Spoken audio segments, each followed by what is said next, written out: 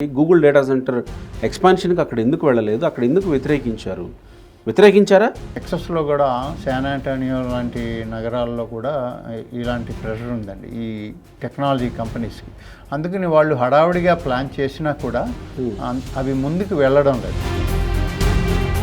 యాక్చువల్గా data centre రావడం వల్ల జరిగేది నష్టం ఏమన్నా ఉందా?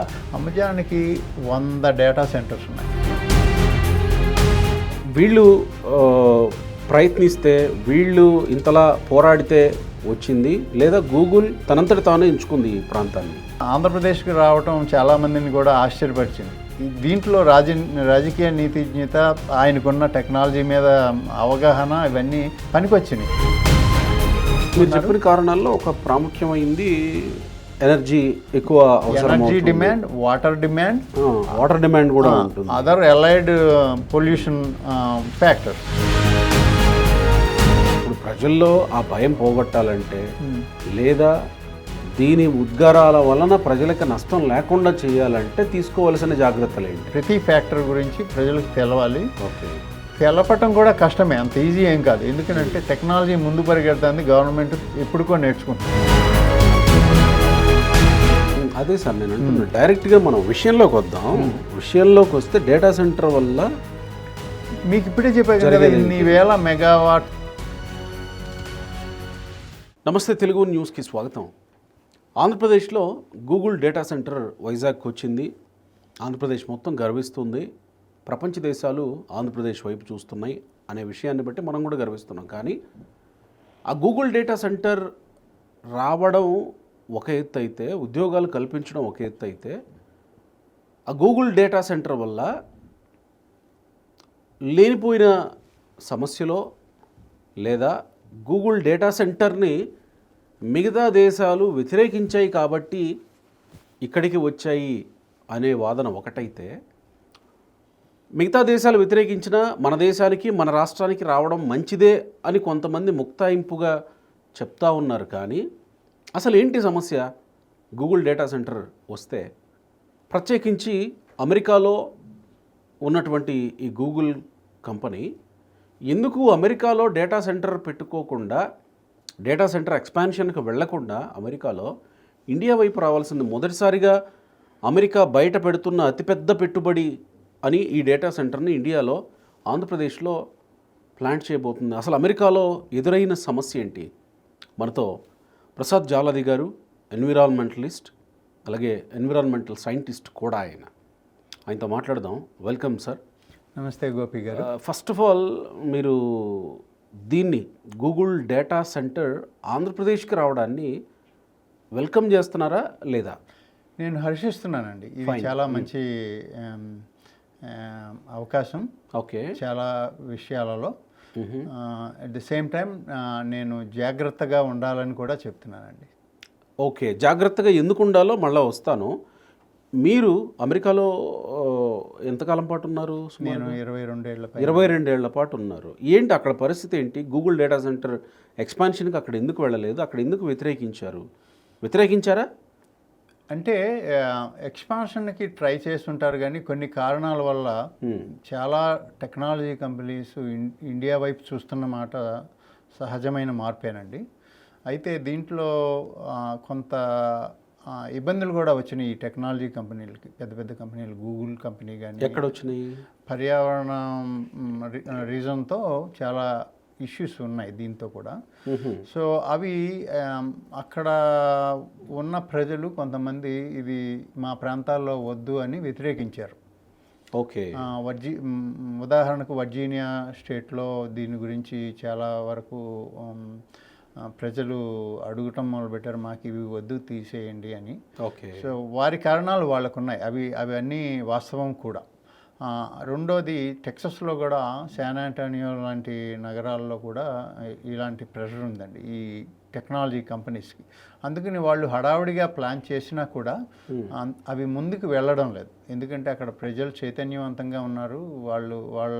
వాళ్ళ కారణాలు సైంటిఫిక్గాను, వాళ్ళ ప్రత్యక్ష అనుభవాలు కూడా చెప్తున్నారు.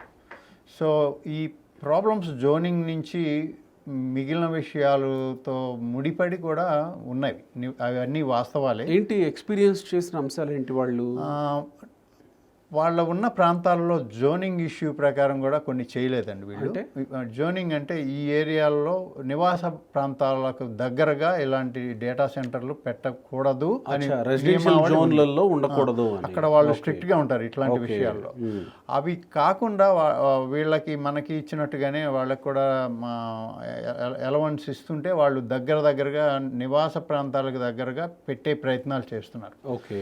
సో అయితే దీంట్లో భౌగోళికంగా కానీ సహజ వనరుల కారణంగా కానీ అక్కడ నివసించే వాళ్ళకి అభ్యంతరాలు ఉన్నాయి.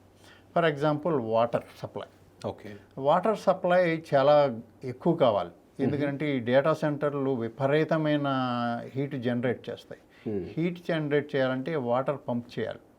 ఆ వాటర్ పంప్ చేసినప్పుడు ఆ వాటర్ డ్రింకింగ్ వాటర్కి వాడదామా లేకపోతే పరిశ్రమకు వాడదామా అనే చర్చ కూడా ఉంది. చాలా నగరాలు ప్రపంచవ్యాప్తంగా తాగునీటి సమస్యతో సతమతమవుతున్నాయండి. వేసవికాలం వస్తే పెద్ద పెద్ద సరస్సులు కూడా ఎండిపోతున్నాయి. అలాంటి పరిస్థితుల్లో మనం మన నగరానికి ఇది తీసుకురావడం మంచిదా కాదా అని వాళ్ళ సిటీ మేనేజ్మెంట్తో ఫైట్ చేస్తున్నారు. కమ్యూనిటీ లీడర్స్ కానీ పర్యావరణవేత్తలు కానీ. ఇది చాలా కాలంగా జరుగుతోంది.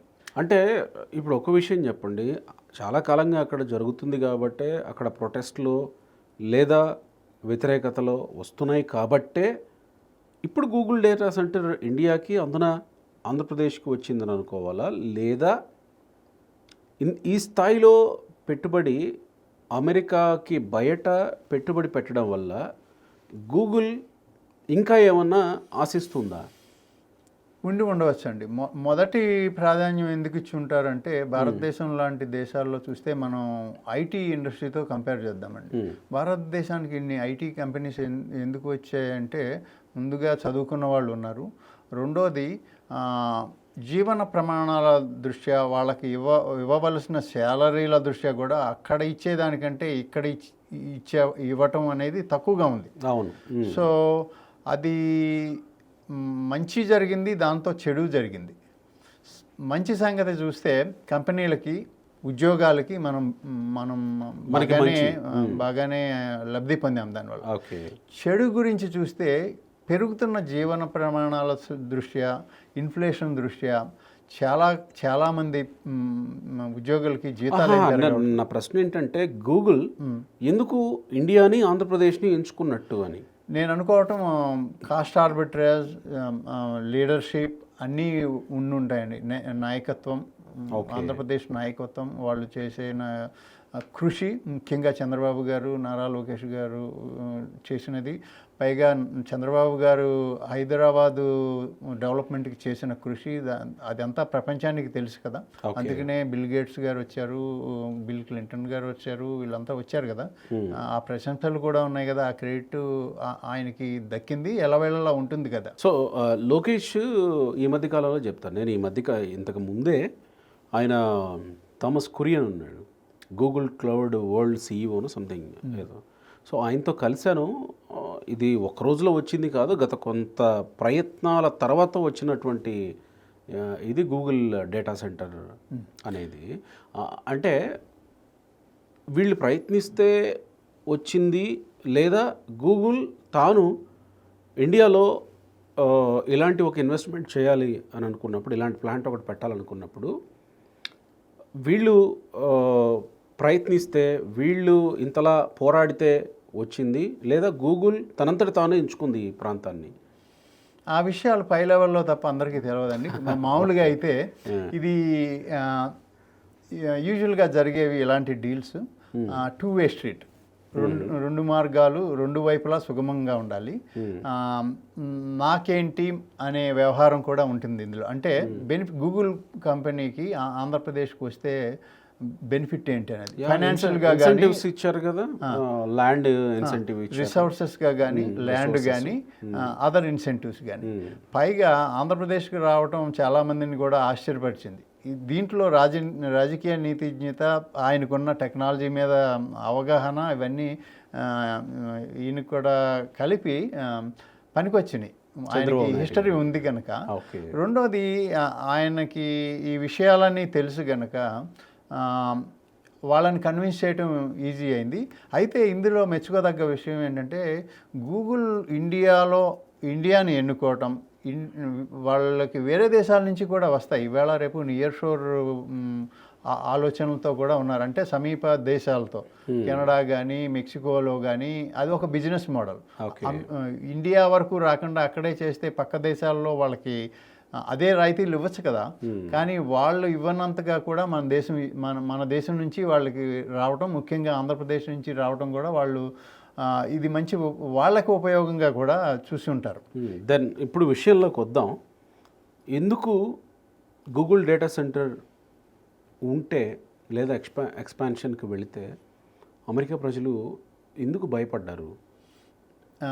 నేను ఇందాక చెప్పినట్టుగా ముందల జోనింగ్ వ్యవహారాల్లో ప్రజా నివాసాలకి దగ్గరగా ఉండటం, రెండోది నీటిపై ఒత్తిడి, త్రాగునీటిపై ఒత్తిడి, మూడోది టెంపరేచర్స్ కూడా చాలా జనరేట్ చేస్తాయండి, నాలుగోది సౌండ్ కూడా చాలా బాగా పెరుగుతుంది. సౌండ్ కూడా పెరుగుతుంది, సౌండ్ కూడా వస్తుంది డేటా సెంటర్ల నుంచి. ఇవి ప్రామాణికాలు. ఇవన్నీ కూడా న్యాచురల్ రిసోర్సెస్ మీద స్ట్రెస్ పెంచుతాయండి. ఓకే. ప్లస్ ఈ వాహనాలు కూడా, ఈ డేటా సెంటర్లకి వెళ్ళి వాహనాల వల్ల వచ్చే శబ్దాలు, వాయు కాలుష్యం, అదర్ డిస్టర్బెన్సెస్ ఉన్నాయి కదా, ఇవన్నీ కూడా ఆ కమ్యూనిటీస్లో ఆ నగర ప్రజలు వద్దనుకున్నారు. మాకు ఇది వద్దు అనుకున్నారు. అలా ఎందుకు జరుగుతుందంటే ఏ కమ్యూనిటీలో అయినా మాకు పబ్లిక్ బస్సు వద్దు అనుకుంటే ఆ కమ్యూనిటీ మెంబర్స్ అబ్జెక్షన్ చెప్తే ఆ కమ్యూనిటీలో బస్సు నడపరు. ఓకే ఓకే, అట్లా ఉంది. అదర్ థింగ్స్ కూడా ఇప్పుడు దీనివల్ల వచ్చే కాలుష్యమే కాదు కదా, ఆఫీస్ రన్ చేస్తే వచ్చే అదర్ వ్యర్థాలు కూడా ఉంటాయి కదండి. సో హార్డ్వేర్లు, సాఫ్ట్వేర్లు, ల్యాండ్ ఫీల్డ్స్లో, ఇవన్నీ ల్యాండ్ ఫీల్డ్స్లోకి వెళ్తాయి కదా, నగర మున్సిపల్ ల్యాండ్ ఫీల్డ్స్కి. వారి భయం వాళ్ళకు ఉన్నది.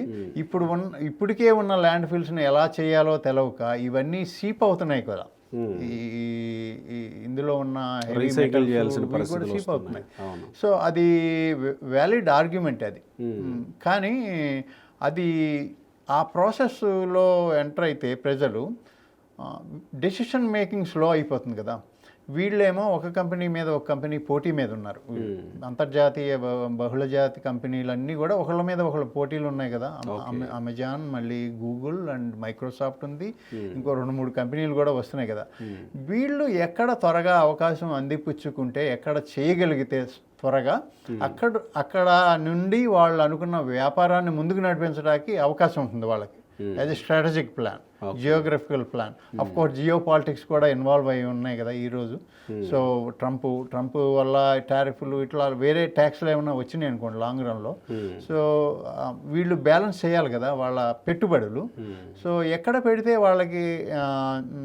వాళ్ళ పెట్టుబడి చాలా కాలం వరకు సంరక్షింపబడుతుంది, ఏ జియోగ్రఫీలో అయితే సేఫు, ఏ నాయకత్వం ఉంటే సేఫు అనేవి వాళ్ళు కూడా అంచనా వేస్తారు.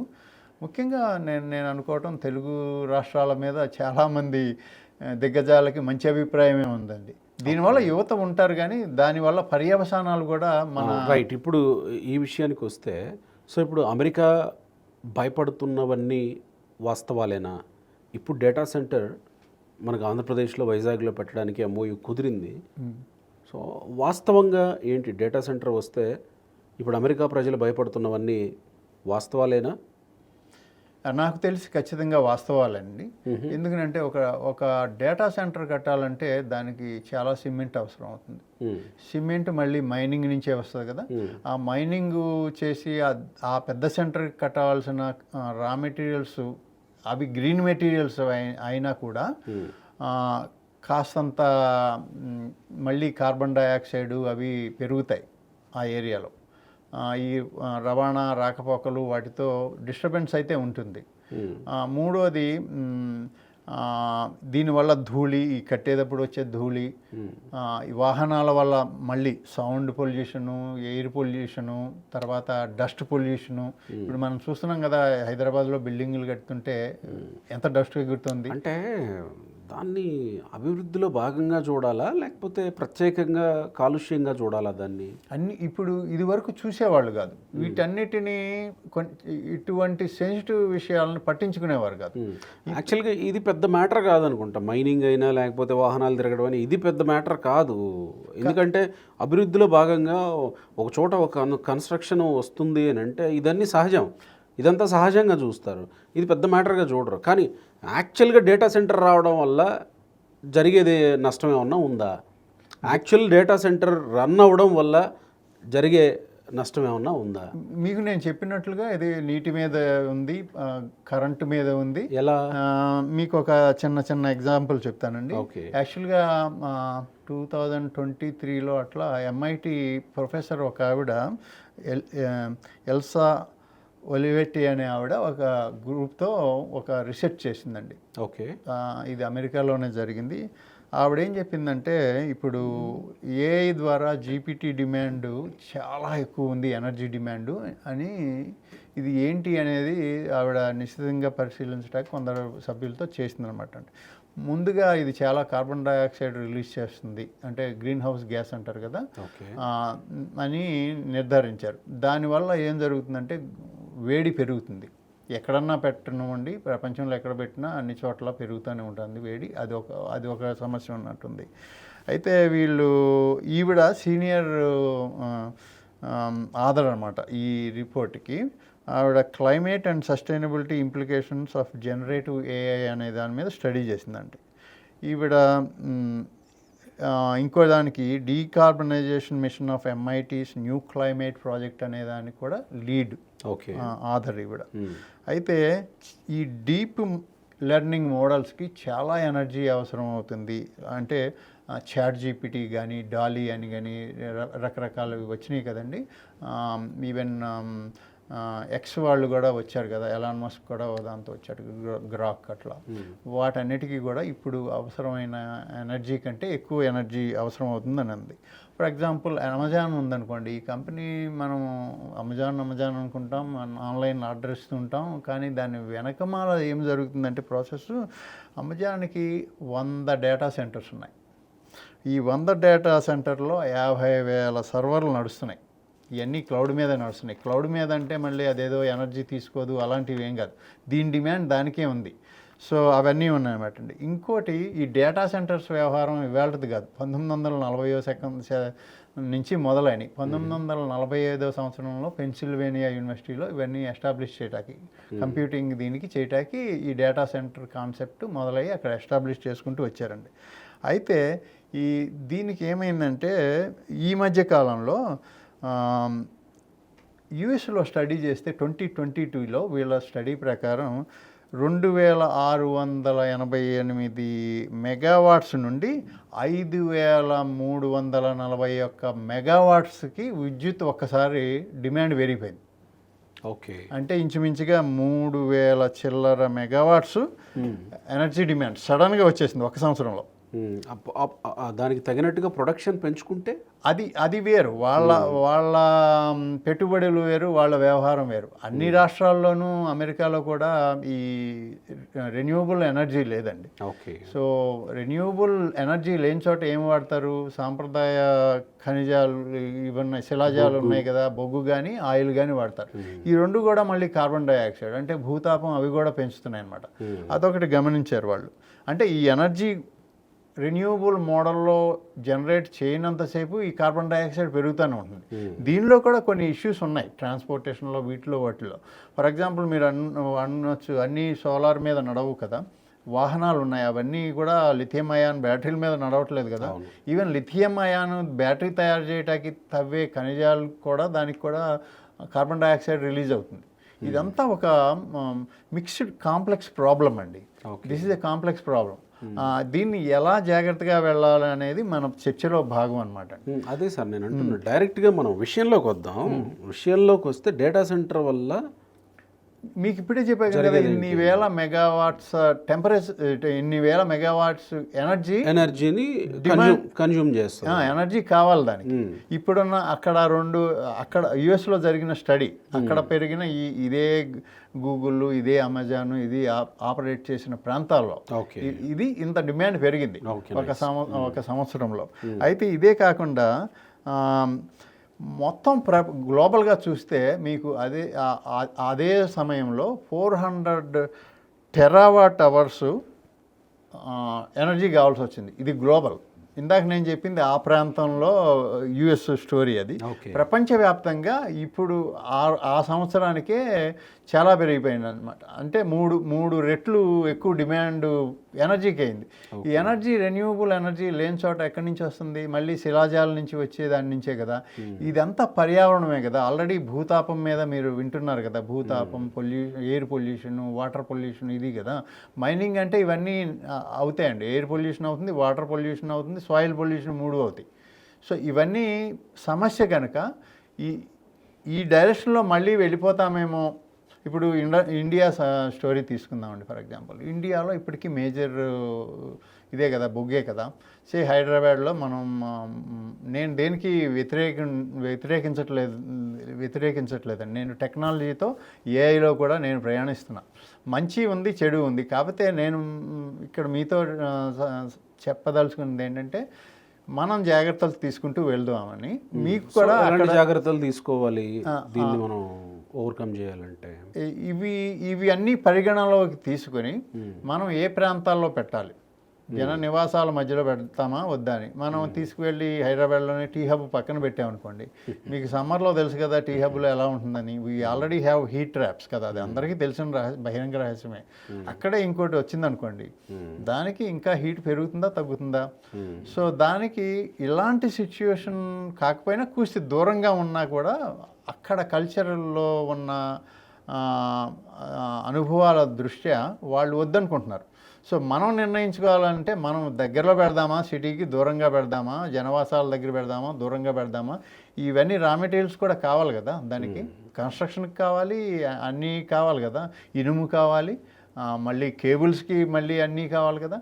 ఈ పరిశ్రమలు మళ్ళీ ప్రతి పరిశ్రమ మీరు ఎప్పుడైతే బొగ్గు లేక ఈ ఫాజిల్ ఫ్యూయల్ అంటున్నా, పెట్రోల్ కానీ డీజిల్ కానీ వాడి చేస్తున్నారో మళ్ళా పొల్యూషన్ వస్తూనే ఉంటుంది కదా.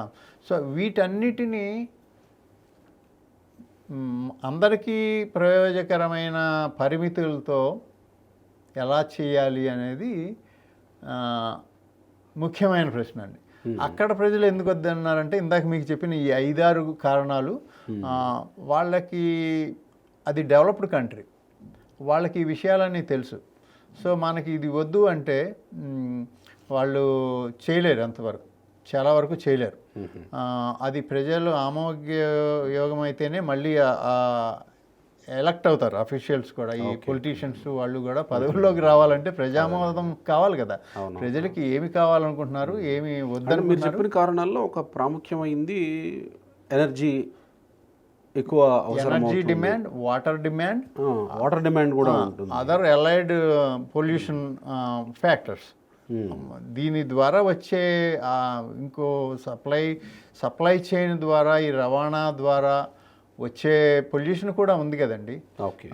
ఇప్పుడు ఈ డేటా సెంటర్లు కాన్స్టెంట్గా ఎనర్జీ కావాలంటే వీళ్ళు కూడా డీజిల్తో జనరేటర్లతో రన్ చేస్తుంటారు. అవును, ఒక్క సెకండ్ కూడా పవర్ కట్స్ ఉండకూడదు. సో మరి డీజిల్తో రన్ చేసే అంత టైము కూడా ఇది మళ్ళీ పొల్యూషనే కదా. ఈ ఎనర్జీ బ్యాలెన్స్ని ఎలా చేయగలరు అనేది ఇప్పుడు $1 ట్రిలియన్ క్వశ్చన్ అనమాట అండి. చెప్తున్నారు పరిశ్రమలు తీసుకొస్తున్నాం అంటున్నారు, బాగానే ఉంది. మన కళ్ళెదురుగా మనం అనుభవిస్తున్న ఈ ప్రాబ్లమ్స్ ఉన్నాయి. పర్యావరణ ఇది హితం కోరి ఎలా ముందు పరిశ్రమలని మనం తీసుకుందాము మన పట్టణాల్లో, మన రాష్ట్రాల్లో అనేది చర్చ ఇప్పుడు. సో ఇందులో బెర్నీ శాండర్స్ లాంటి వాళ్ళు కూడా ఉన్నారు ఈ చర్చలో కూడా. ఆయన లిస్ట్ ఇచ్చారు, ఎంతమందికి ఏమవుతుంది ఈ విషయాలన్నీ కూడా.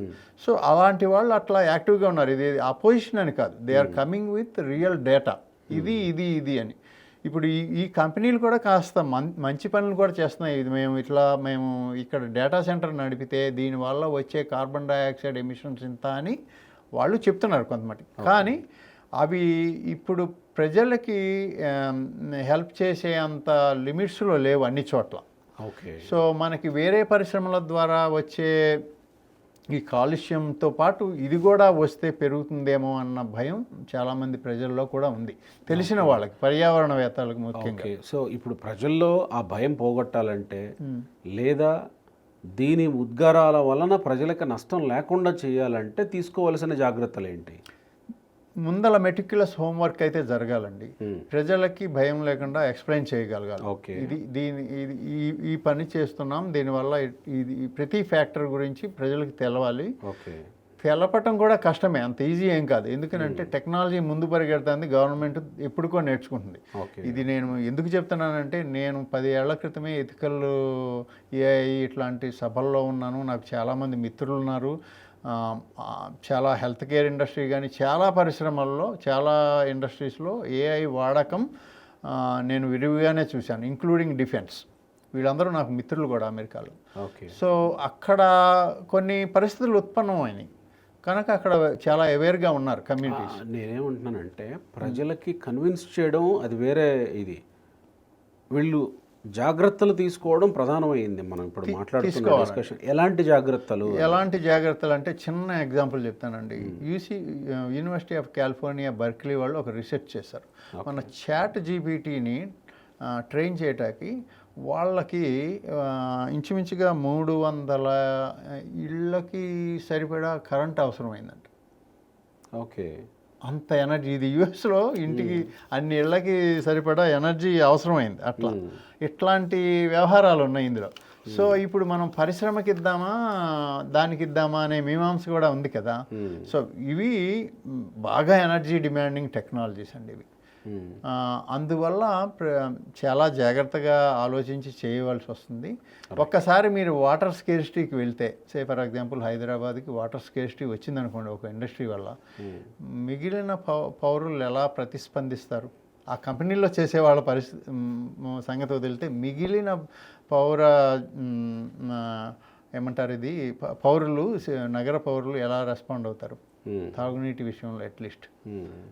అలాంటి విపత్కర పరిణామాలు వస్తాయి. అంటే సముద్రం నుంచి వాటర్ తీసుకొని దాన్ని తమకు తగిన విధంగా వాడుకుంటాం అనేది కదా ఇప్పుడు చెప్తున్నది. ఇప్పుడు ప్రతిదానికి ఇప్పుడు మనం ఎనర్జీ జనరేట్ చేయాలంటే కూడా కొన్ని ఇష్యూస్ ఉన్నాయండి. ఏం వాడి రెన్యూవబుల్ ఎనర్జీ వాడి చేస్తున్నామా లేకపోతే ఫాజిల్ ఫ్యూయల్స్ వాడి చేస్తున్నామా అనేది కూడా ఆలోచించాల్సిన విషయం. ఈ ఫాజిల్ ఫ్యూయల్స్తో చేస్తే ఈ కార్బన్ డైఆక్సైడు, మీథేను, నైట్రస్ ఆక్సైడ్ లాంటి గ్రీన్ హౌస్ గ్యాసెస్ వచ్చి భూతాపాన్ని ఇంకా పెంచేస్తాయి. ఇది ఆ ప్రాంతాలు నివాసయోగ్యమైన ప్రాంతాలుగా ఉండబోవు కూడా. రెండోది, మీరు ఈ వినడానికి బాగానే ఉంది. ఇందాక మీకు చెప్పాను కదా, ఒక కిలోవాట్ దీన్ని కూల్ చేయటానికి 2 లీటర్ల నీళ్ళని చిల్ చేసి సప్లై చేయాలి. ఈ సిస్టమ్కి ఎంత ఎనర్జీ డిమాండ్ ఉంటుందో చూడండి. మీరు ఈ చిల్ చేసేదానికి, దాని మోటార్లకి, మళ్ళీ ఆ వాటర్ని కూల్ చేయటానికి ఎనర్జీ కావాలి కదా. మీరు సముద్రం నుంచి సెలైన్ వాటర్ని మామూలు వాటర్గా మార్చి పంప్ చేస్తున్నారు, దానికి ఎనర్జీ కావాలి కదా. ఈ ఎనర్జీ మొత్తం ఏమి వాడితే వస్తుంది? ఫాజిల్ ఫ్యూయల్స్ వాడితే వస్తుందా, రెన్యూవబుల్ ఎనర్జీ వాడితే వస్తుందా? రెన్యూవబుల్ ఎనర్జీ వాడితే అసలు ఇంత వివాదమే లేదు చాలామందికి. ఓకే. కానీ ముందు వచ్చే అదర్ ఇష్యూస్ కూడా ఉన్నాయి దీనివల్ల. హ్యూమిడిటీ, ఫర్ ఎగ్జాంపుల్ వైజాగ్ సముద్ర తీర ప్రాంతంలో ఉంది, మామూలుగానే అక్కడ హ్యూమిడిటీ ఉంటుంది కదా. దీనివల్ల ఈ వాటర్ కూడా ఎవాపరేట్ అవుతూ ఉంటుంది కదా. వాటర్ కూలింగ్ చేయాలంటే కూలింగ్ టవర్లు అవి తెలిసిందే కదా, మనం చూస్తే దాంట్లోంచి వాటర్ వేపర్ వెళ్తూ ఉంటుంది కదా. ఈ ప్రాసెసర్లో కూడా అది warm water, not chilled water. మీరు చిల్డ్ వాటర్ తీసుకొచ్చి కూల్ చేయడానికి వాడుతున్నారు. మళ్ళీ ఈ ఉష్ణోగ్రత మార్పు వస్తుంది కదా అదే నీళ్ళల్లో, వేడిని తీసుకున్న చల్లని నీళ్లు వేడిగా మారుతాయి కదా, అది ఎంత వేడిగా మారుతాయి అనేది సామాన్య జనాలకి తెలియదు, అది వాళ్ళు చెప్తే తప్ప కంపెనీలకి. వీటి మీద అవగాహన ప్రభుత్వాలకు ఉందో లేదో నాకైతే తెలియదు, కానీ తెలుసుకోవాల్సిన అవసరం ఉంది. అలా మనం ఈ ప్రతి సమస్య ఏదైతే వస్తుందని అనుకుంటున్నామో, మనం అమెరికాలో కానీ ఇంకో చోట్ల కానీ అక్కడ ఉన్న ప్రజలు వ్యక్తపరిచిన సందేహాలు కానీ నిరసన కానీ మనం పరిగణనలోకి తీసుకొని దీనికి తగ్గట్టుగా ఏ కంపెనీ వచ్చినా మనం వాళ్ళకి పరిమితులు నిర్ణయిస్తే అక్కడికంటే ఆ కంపెనీ బాగా పనిచేయడానికి ఉపయోగపడుతుంది, అక్కడికంటే వాళ్ళ ఇన్వెస్ట్మెంట్లు బాగా ఉపయోగపడతాయి.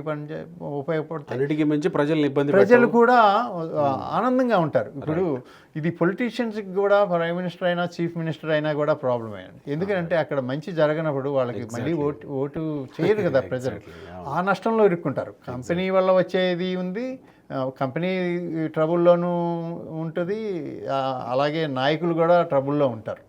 రైట్ అండి. సో ముఖ్యంగా ప్రజాస్వామ్యం అంటే ప్రజల హితం కోరి చేయవలసిన పనులే కనుక ఇవన్నీ కూడా అడ్మినిస్ట్రేషన్, బ్యూరోక్రసీ అండ్ టెక్నాలజీ వాళ్ళు, తర్వాత ప్రజా నాయకులు కూడా పరిగణనలో తీసుకుంటే వాళ్ళ బాధ్యత పూర్తిగా నెరవేరుతుందని నేను అనుకుంటాను. ఇది ముందు చూపుకి పురోభివృద్ధికి కూడా బాట.